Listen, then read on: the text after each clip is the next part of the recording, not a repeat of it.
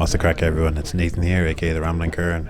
So the past weekend I had the amazing opportunity to take part in a furnace festival hosted by Jamie at Driscoll Forge. So on day one, this is what we went looking for: bog iron and local bog. Now this is actually what you're looking for, this sort of sandy, rust-like ore that you find on top of the bog. So once we got started on day two, we set up our furnace, and this is what we used. So we used clay, stacking it on top of each other with this kind of funnel shaped form, and basically building it up about half the height that you want, stacking them on top of each other.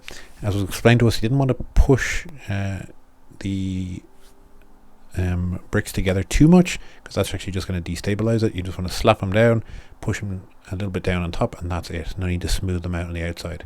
You do want to smooth them out on the inside, however. So as you see here, spent a few hours building bricks, getting it up to about half the overall height that we needed, because once you had that done, you want to then take everything out, put your kindling in, and get the inside fired up and get everything a bit more solid. Once we had that done, we kept going, built up around our form until we got up to our desired height. Once we had that done, we made sure that we had our door good and solid, and as you can see, this was another team who were a little bit ahead of us and got their furnace up and burning. So one of the teams were also working on a piece of iron that they had from a previous event, and this is what the inside of your furnace looks like once it's been heated. So one thing you want to do as well is put a fine layer of crushed charcoal down the bottom of that to line the floor. And then we created a small little charcoal fire around the outside, filled in our dusty mix, and then used some very fine clay that we spent quite a while picking out any bits of stones to make this our door. Now these holes are to help it dry and dissipate heat. We used our chef here used his tools to cut a nice shaped door. Now for the weekend we were using this great electric blower. Up one of the teams were using bellows, but this was much easier to do.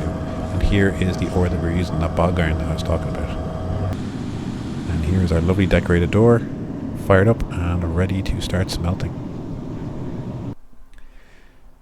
And one of the things that you want to do once we got going, as you can see Jamie here explaining to us, is make sure that the door is good and solid. So we put in some extra wet clay around it. One of the main reasons for this, as was explained to us, is the corners of the door are especially at risk for breaking and cracking. So what we did over the weekend was this mix. So it was half a kilo of ore, half a kilo of charcoal, and then another half and another half. Filling it up and waiting for it to burn down a set amount. This was the first team to get one of their blooms ready to go. That is the iron that we've smelted. As you can see, Jamie here is getting this pry bar down into the furnace so that you can roll the bloom over and pick it out with a set of tongs. This saves you having to destroy the furnace, means you can reuse it over and over. Once you have it out, you're bringing it over to your wooden block and tapping it with this large hammer, eventually swapping over and working in the second sledgehammer once it gets a bit more solid. When it comes out, it's like almost like a biscuit. It will break apart, so you have to give it very gentle taps and start to slowly consolidate it down into one solid piece, as you can see the guys doing here. And once it gets a bit more solid, the man with the tongs will flip it, and then you can bring it over to your anvil, and that will really help get it more solid. You can even hear the sound of this changing as it starts to get beaten on. And then you can cut it in half to make it a bit more easy to work with, or potentially stack it together and compress those down into one piece if you want to. This amazing setup was actually some chimney liners, 12-inch chimney liners. Amazing setup for a furnace. And here Jamie is helping us tap our furnace, basically getting the slag out. Most of this slag was not actually from the bog iron, it was from the furnace itself.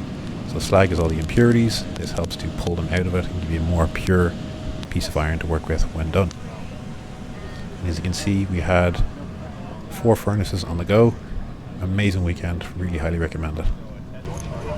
And this was my team's bloom ready to go. So we pulled it out, exact same thing. Starting to get dark, so even more atmospheric. Getting the hammer at it, tap tap tap. Get this consolidated down. Oh, you're getting solid now, yeah. Turn it. Hold up. Flip it now, turn it. No, get on the flat again, get on the flat, Mark. One second, no. Flat, no flat, you can go and There, look, there. Here, down. Yeah, hold it. I know, yeah, exactly. One, yeah. That's it. It's done. High fives all around. Oh, that's lovely.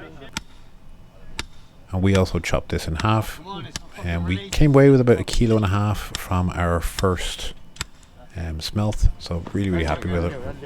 Team did really well getting such a nice piece of iron out of it, and this is what it looks like chopped up and processed. On day 2, however, we doubled that. We came away with just over 3 kilos. An amazing achievement. A really cool piece of iron that we were able to work with. And then to refine it, we jumped over to this ground forge that we had set up with these leather bellows, and basically just put in nice big chunks and worked them on this anvil back and forth for a few hours until we were left with this bucket of all of our various bits of iron. You can see this piece here that has been consolidated down to a bit more of a solid bar, which in the coming weeks I hope to process into something a bit more interesting. And this is what it looks like when you've actually spent some time in the forge and fluxed it together. So if you're interested in these furnace festivals, I'll leave a link down in the description.